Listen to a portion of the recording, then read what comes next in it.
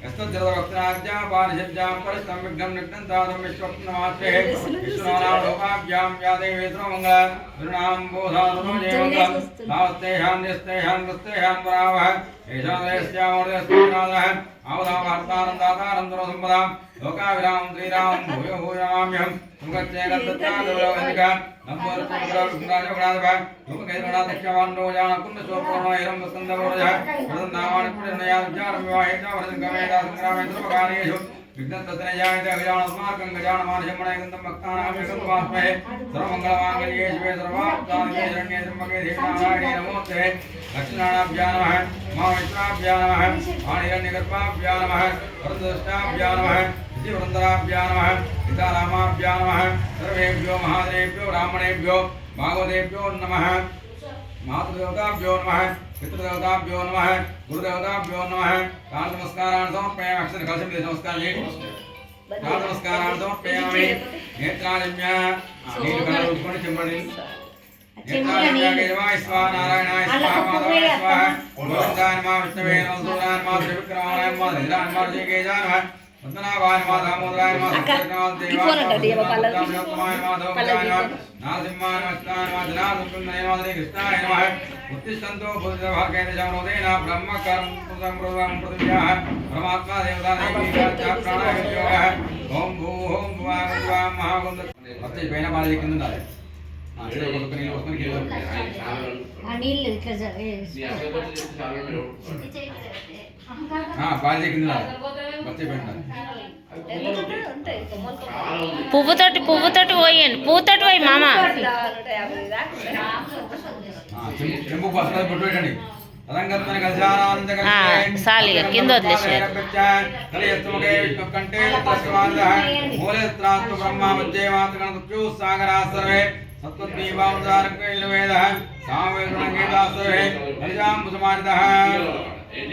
కలిసి లక్షణం వేయండి పసుపు కుంకుమ వేయండి పూలు వేయండి గంధం వేయండి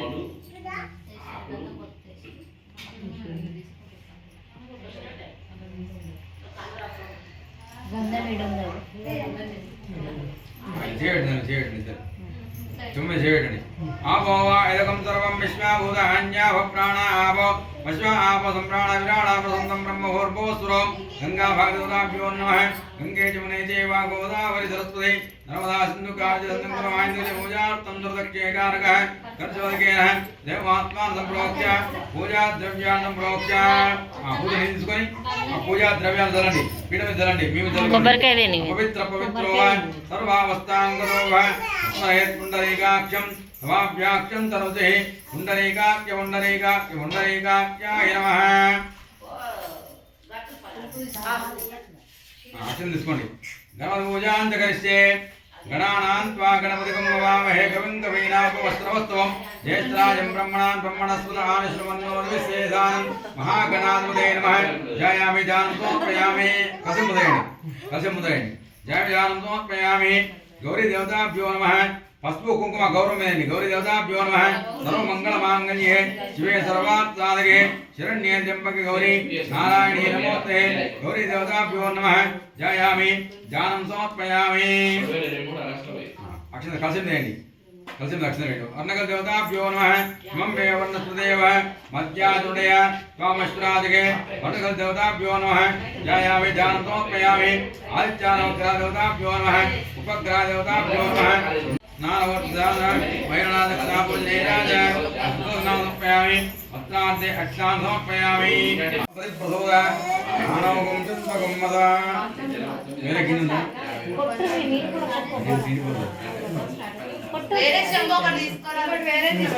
ఇంకో చెమ్మంట గిన్నె లెక్క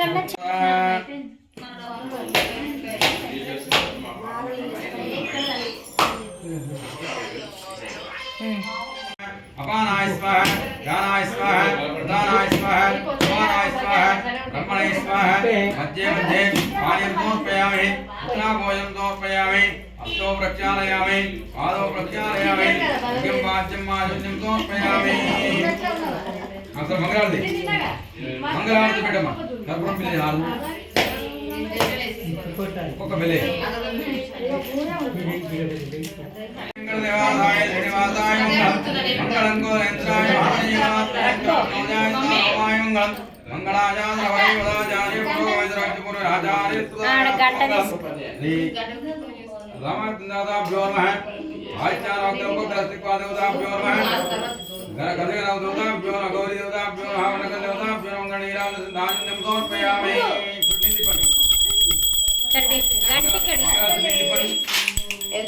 అవి మాణిక్యాలు అగరబత్తి తీసుకొని మాణిక్యాలు ముట్టి నువ్వు ఆర్తి ఇచ్చినాక ఆర్తి ముందు అయ్యవారికి ఆర్తి అది స్వామి కార్తీ చిన్ని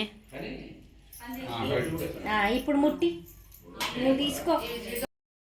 షోడశోపచార పూజాంతకృత్యే ధ్యానం శాంతాకారం గజగజేనం ఉత్తరాహం త్రేయం విశ్వాకారం గగంధం ఏకవర్ణం శివాంగం లక్ష్మీకాంతం కమలేనం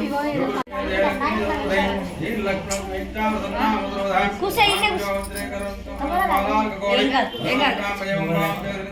సర్వమంగళమాంగళ్యే శివే సర్వాత్మనే శరణ్యే త్ర్యంబకే దేవి నారాయణమూర్తే రమాదేవ దేవతాభ్యో నమః. జయామి జానం సమర్పయామి. సత్యస్వామి నమస్కారం చేయండి. జయ జానం ఆవాయామి ఆదం సమర్పయామి. అత్యర్ఘ్యం పాదే పాదం ముఖ్యాజన్యం ఉపచారిక పంచామృత నార్య శుద్ధస్నానం విగ్రహం ఒక ప్లేట్ పెట్టండి. ఆ విగ్రహం తీసు ఒక ప్లేట్ ఇయ్యమ్మా ఆ నుంచి.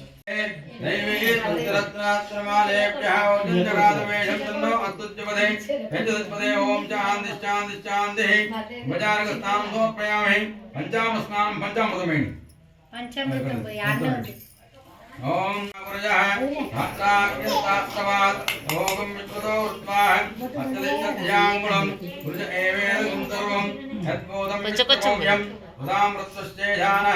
నువ్వు చిన్ని చేయి పట్టుకో తాతయ్య.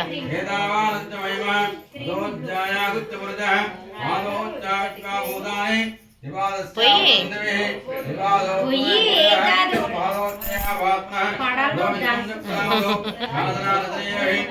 పొయ్యి కొంచెం కొంచెం పొయ్యి కానీ ఇట్లా సన్న దార లెక్క పోయాలి. పొయ్యి గట్టి పొయ్యి హే గంట కొట్టకట్లా పొయ్యి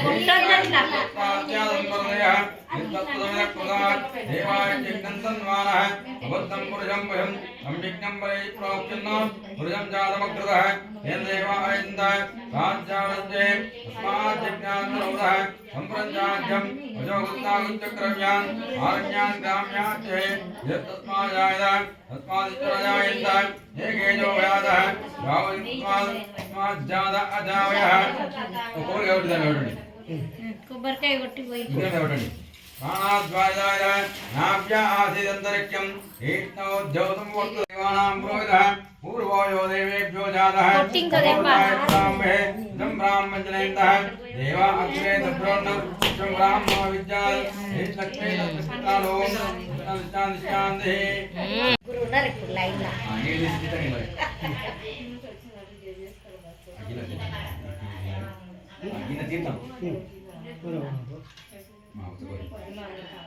అందులో పోసేసే అది పోసేయి.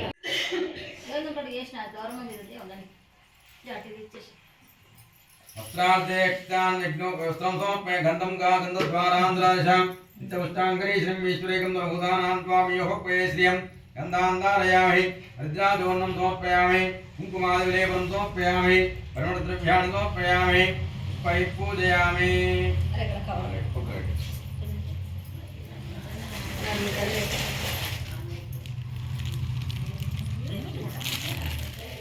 అక్షర వేయండి, పసుపు వేయండి, గంధం వేయండి, పూలు వేయండి. వేస్తున్నా ఆపకుండా వేస్తున్నాండి. అది అవుతుందా? పుష్పై పూజయామి.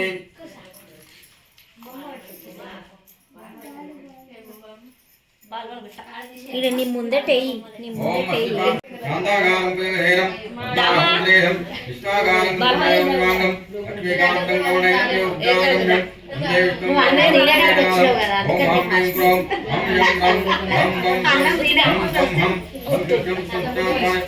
వాళ్ళకి తినని చేస్తున్నాము.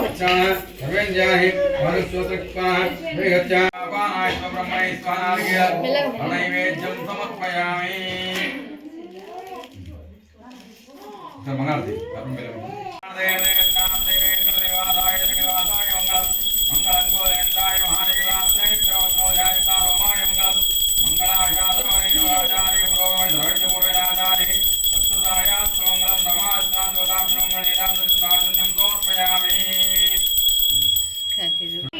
ఒకటి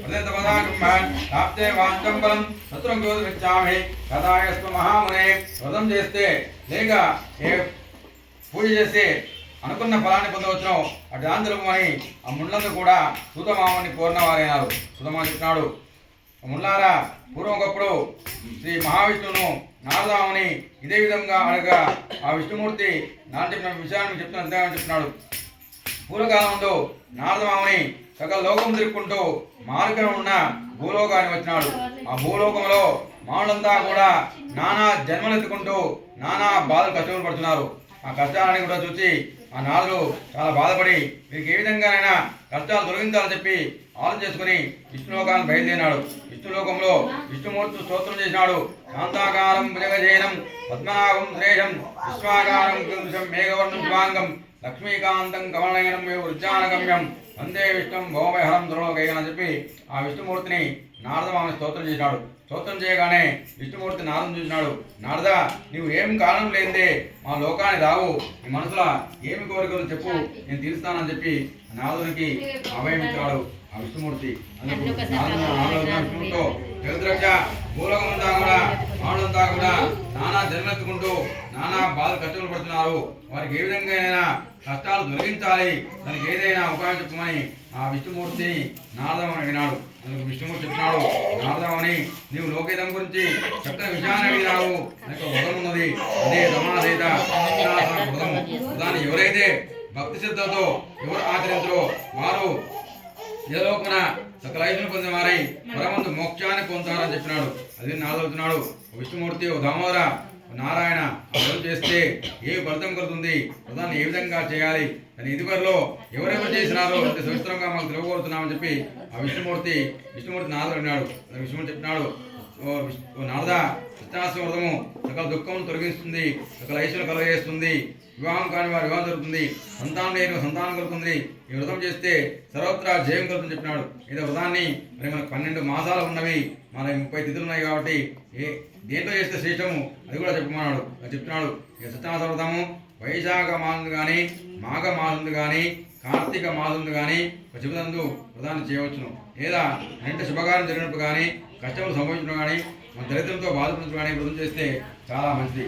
మన ఇంట ఏదో వివాదం కలిగినప్పుడు వ్రతం చేస్తే ఆ వివాదం కూడా తప్పగా జయం గురించి చెప్పినాడు. నారదమని వ్రతం శక్తి ఉన్నవారు ప్రతి నెల కూడా పౌర్ణమి కానీ ఏకాదశి కానీ చూసుకొని వ్రతాన్ని చేసుకునవచ్చును. శక్తి లేని వారు సంవత్సరం ఒక మాలను వ్రతాన్ని చేసుకునవచ్చును. శక్తానుసారం వారు వ్రతాన్ని చేసుకునవచ్చును. అంటే వ్రతాన్ని తిథిలందు ఏ తిథిలో ముఖ్యమైనదంటే పౌర్ణమి తిథి అందు కానీ ఏకాదశి దినం కానీ రవి సంక్రమణ దినం కానీ వ్రతాన్ని చేయాలి. వ్రతాన్ని చేసే ముందు సూర్యుడు కాకుండా నిద్రలేచి కాలకూర్తం తీసుకొని తన సంతాన ప్రకారం తీసుకొని నిత్యభక్తు దేవాదేవ తన ప్రభుని నరకం చేయండి.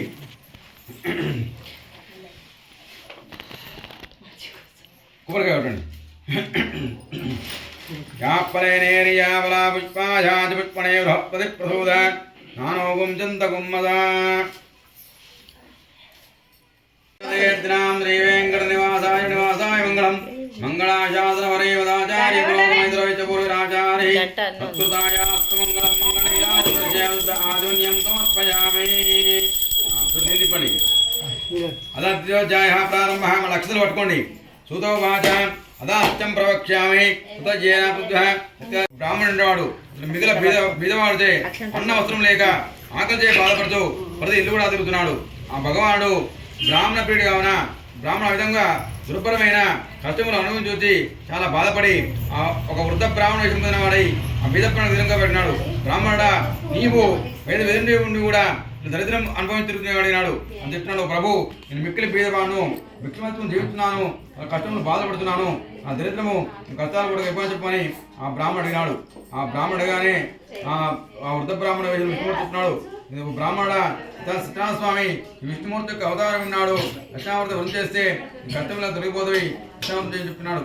విధంగా చెప్పి వృద్ధ బ్రాహ్మణుడు వృద్ధమాజన విధానం చెప్పి అక్కడనే వెళ్ళిపోయాడు. అది విని ఆ వృద్ధ బ్రాహ్మణుడు విష్ణుమూర్తి చెప్పిన విని ఆ బీద బ్రాహ్మణుడు సత్యామృతాన్ని రేపు చేద్దామని చెప్పి తన మనసులో సంకల్పించిన వాడి ఆ రాత్రి ఉత్సాహం వలన నిద్ర ఆకపోగా ఎట్లో కాలం గడిపి మర్నాడు పొద్దున్నే లేచి నిత్య కుర్చం తీసుకొని సత్యామృతం చేద్దామని చెప్పి మళ్ళా సంకల్పించుకొని మళ్ళా సంకల్పించుకొని భిక్షాటనానికి బయలుదేరాడు. ఆ దినము సత్యాస్వామి వ్రతం చేద్దామని కాబట్టి సత్యాస్వామి అనుగ్రహం వలన బ్రాహ్మణికి భిక్షాటంలో రోజు వచ్చి దానికి రెట్టింపు ధనం వచ్చింది. దాంతో సంతోషించి ఆ బ్రాహ్మణును బంధువులు పెట్టుకుని భక్తితో సత్యామృతం చేసినాడు. అందుక ప్రభావన ఆ బ్రాహ్మణుడు సకల దుఃఖములు తొలగిపోగా సకల సంపద పొందిన వారి సంతోషాన్ని పొందినాడు. అది మొదలు బ్రాహ్మణుడు ప్రతి మాసమున విడవగా సత్యామృతం చేస్తున్నాడు, భక్తులు చేస్తున్నాడు. విధంగా ప్రతి మాసం సత్యామృతం చేయడం వలన బ్రాహ్మణుడు మరే సంపడగా సకల విముక్తులై అంత్యమున మోక్షాన్ని పొందినాడు. అయితే ఒకనాడు ఆ బ్రాహ్మణుడు వ్రతం చేయుచుండగా కట్టెల కొనడానికి వచ్చి కట్టెల మోపును వీధిలో నుంచి లోపల వచ్చి వ్రతాన్ని చూసినాడు. ఆ కట్టెల కాడు ఇక్కడ ఆకలితప్పుతుండి కూడా బ్రాహ్మణుడు వ్రతం చేసి వ్రతమంతా చూసి మహాత్మా నీవు చేసిన వ్రతం ఏమిటి, వ్రతం చేస్తే ఏమి ఫలితం కలుగుతుంది, దీంతో విషమంతా కూడా సవిస్తరంగా తెలుపమని ప్రార్థించినాడు. అది చెప్తున్నాడు. ఓయ్ ఆ బ్రాహ్మణుడు చెప్తున్నాడు కట్లంతో, ఓయ్ మే సత్యాసమర్థము వ్రతం చేస్తే సకల కోరిక సిద్ధిస్తవి, సకల ఐశ్వర్యం కలుగుని చెప్పగానే బ్రాహ్మణ విధంగా చెప్పగా ఆ కట్లముకున్నవాడు మిగతా సంతోషించి దాహం తీసుకుని ప్రధానం కూడా స్వీకరించి భోజనం చేసి వెంబడి నీళ్ళు చేరుకున్నాడు. ఆ కట్టెలముకున్నాడు సత్యామృతం చేయటకు నిశ్చయించుకున్నవాడై మర్నాడు ఆ కట్టెలముకును భుజంపై పెట్టుకుని దినము కట్టెలంతే ధనం వస్తుందో ధనాన్ని ఖర్చు చేసి సత్యామృతం చేద్దామని చెప్పి మళ్ళా సంకల్పించుకుని పట్టణానికి బయలుదేరినాడు. ఆ దినము ఆ కట్టెలముకున్నాడు ధనవంతుల వీధి పోయి కట్టెలముగా సత్యాస్వామి అనుగ్రహం ఉన్న ఆ కట్టెల మోపు రోజు వచ్చిన దానికంటే రెట్టింపు ధనం వచ్చింది. సంతోషించి ధనంతో అరటి పండ్లు చక్కెర నెయ్యి పాలు తీసుకుని ఇల్లు చేరుకున్నాడు. బంధువులకు ఆహ్వానించి యథావిధిగా సత్యామృతం చేసినాడు. యొక్క ప్రభావం వలన ఆ ధనం పుత్రిపుత్రిక పొంది సంతోషాన్ని పొంది జీవితాంతం వరకు సకల సుఖములు అనుభవించి అంత్యమున స్వర్గాన్ని చేరుకున్నారు. దేవకండే విద్యోధ్యాయ సమాప్త సత్యనారాయణ స్వామికి మంగళాచార్య మరే మదాచార్య పురోగమే ద్రవైత్యపూర్వరాచార్య మంగళం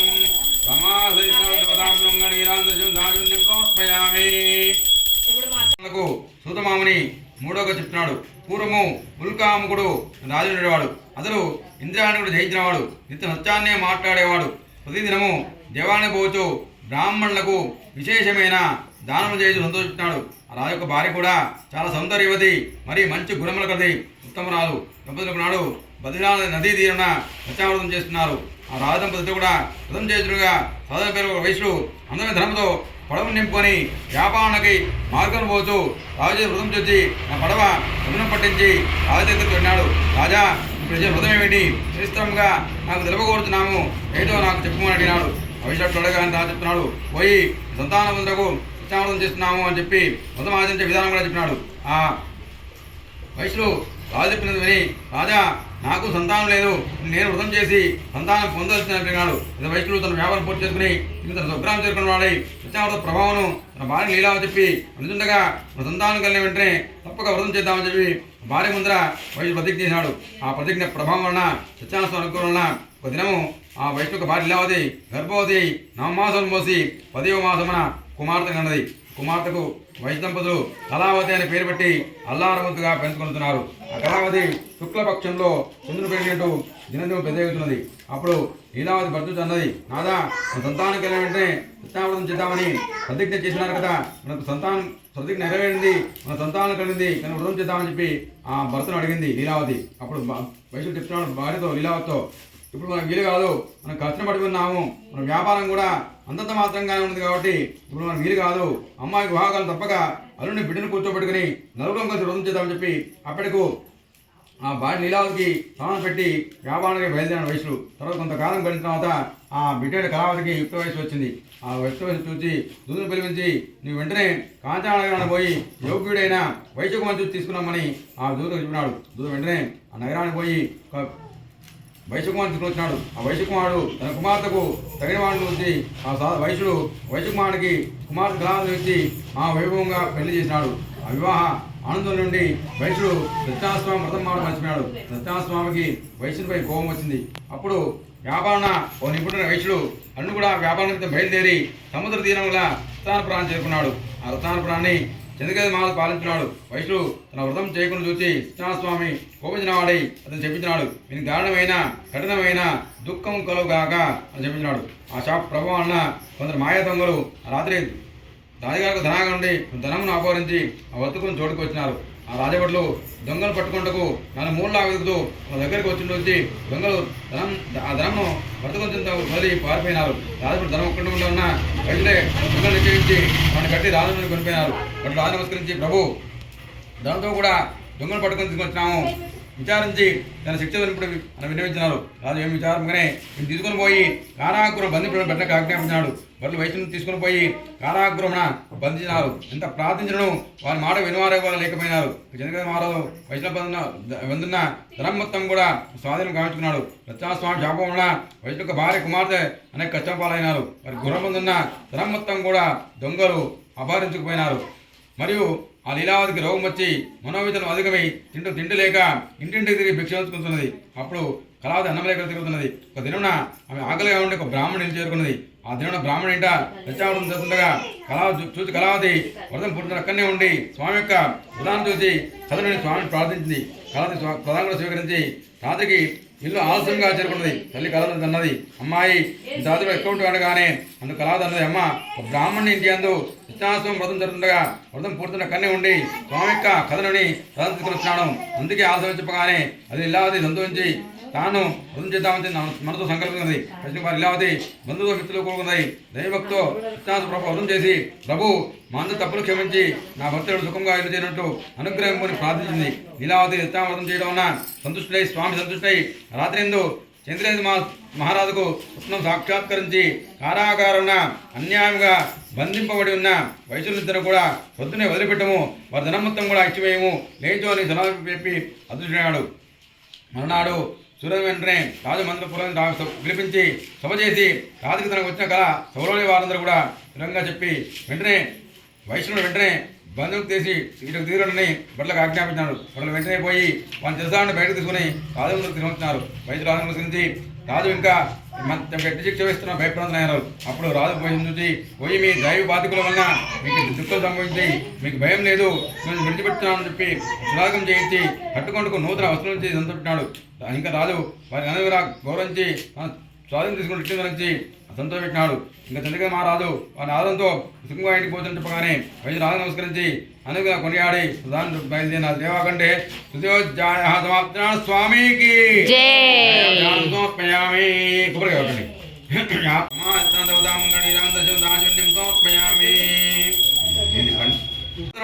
విధంగా కొంత దూరం ప్రయాణించిన రోజు సన్యాసం ధరించి ఆ వైద్యుల గురించి తింటున్నారు. వైద్యులారా మీ బంధువు సామాన్యుడు ఏమిటి అడిగినాడు. ఆ మాట విని వైశ్యులు తన కలుగుతున్న పర్యాసనతో సన్యాసి మా పడవ ఏముందో నీకెందుకు, మా ధనమును అపహరించు కాలించు ఏమి, మా పడవలు ఆకులను తప్ప మరేమీ లేవని బదులు చెప్పినారు. ఆ సన్యాసి విని అట్లే కాగా చెప్పి అక్కడ వెళ్ళిపోయి చెట్టు కింద కూర్చున్నాడు.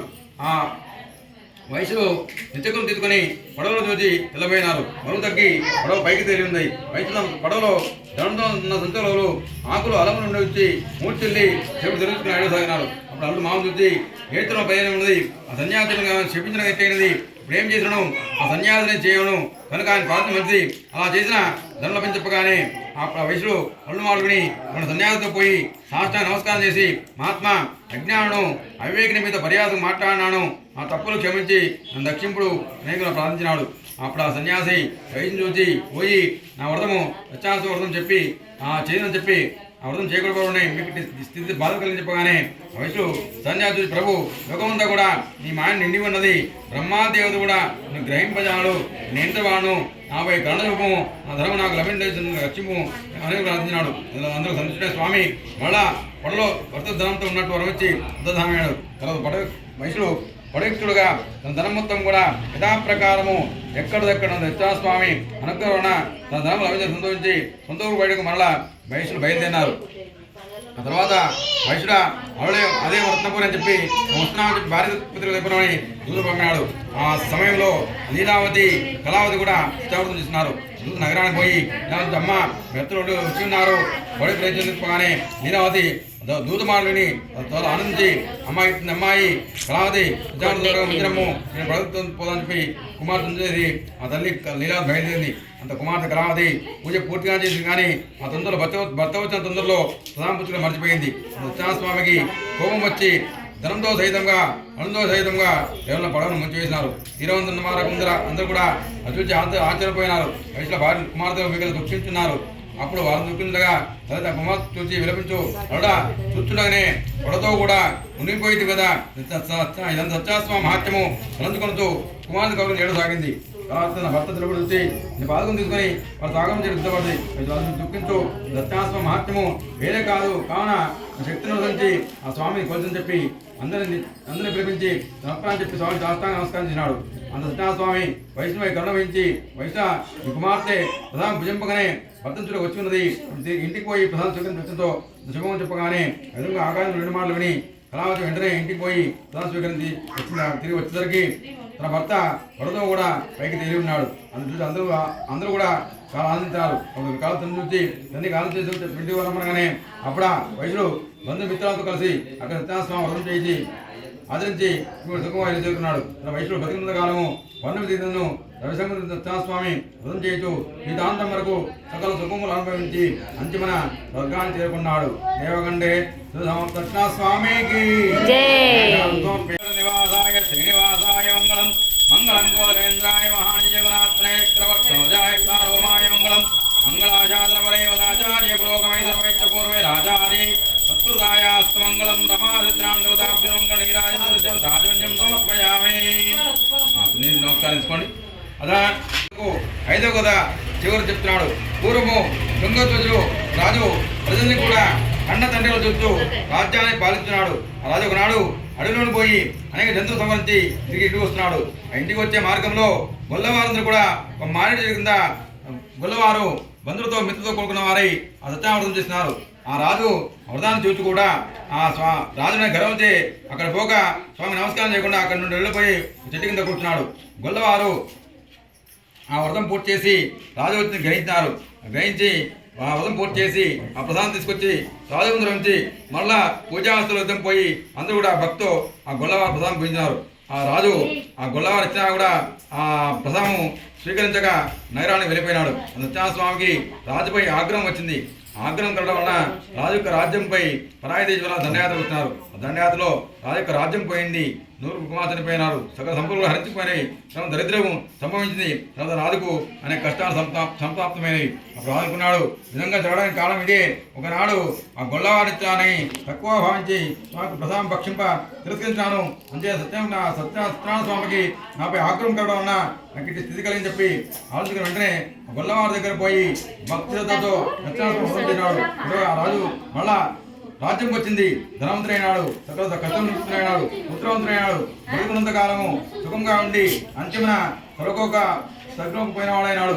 మా ప్రభావమైన వ్రతాన్ని ఎవరైతే భక్తి శ్రద్ధలతో ఎవరు ఆచరించో ఎవరి కథను భక్తులతో ధనవంతులను బంధనం పొందిన వాడై ముక్తులవను భయగ్రస్తునకు భయం తొలగిపోను. సకల అభిషేకం పొందిన వారై అంతిమన తొలగ ప్రాప్తి పొందుడు. సత్యనారాయణస్వామి వ్రతము ఆచరించిన మానవుడు సర్వవిధం దుఃఖమును విడవను. సత్యనారాయణస్వామి వ్రతము చేయవలసిన ఆవశ్యమును విధానమును దుఃఖ మహాత్యమును అందులో లభించి ఫలితం తెలిపింది. కలిగిన సత్యనారాయణస్వామి వ్రతము ప్రత్యక్షమైన ఫలప్రదమైనది. కలిగిన సత్యనారాయణస్వామిని సత్యేశ్వరుని దేవుడు పిలుస్తున్నారు.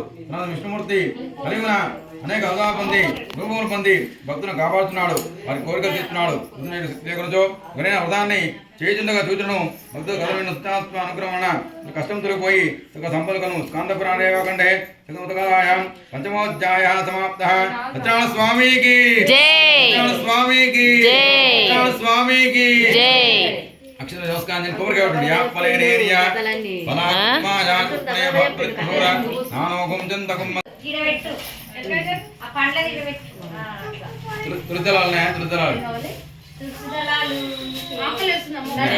లేవు కదా.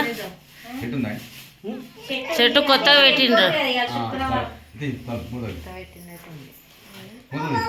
మూతలు పక్కకు పెట్టు కాకయా.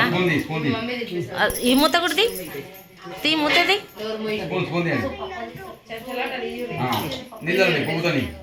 ఓం భూర్భువః స్వః నైవేద్యం నీదలు ఓం భూర్భువః స్వః ఓం తత్సవితుర్వరేణ్యం భర్గో దేవస్య ధీమహి ధియో యో నః ప్రచోదయాత్ సత్వంతవర్త్యం చేయామి అమృతమస్తు అమృతో వస్త్రమసి కళ్ళు మూసుకొని చేతులు మంచి స్వామికి నైవేద్యం చూపెట్టండి అందరు కళ్ళు మూసుకోండి ప్రాణాయ స్వాహ అపానాయ స్వాహ జ్ఞానాయ స్వాహ ఉదానాయ స్వాహ సమానాయ స్వాహ బ్రహ్మణాయ స్వాహ మధ్యే మధ్యే పానీయం సమర్పయామి పుత్రాభోజనం సమర్పయామి హస్తో ప్రక్షాళయామి పాదో ప్రక్షాళయామి అర్ఘ్యం పాద్యం ఆచమన్యం సమర్పయామి అమలు నీళ్ళు తిప్పండి నైవేద్యాల చుట్టూ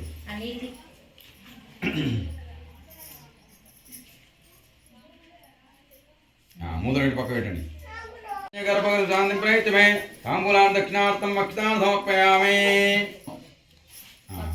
మంగళాలు తోడుకు అందరు లేచి లేవండి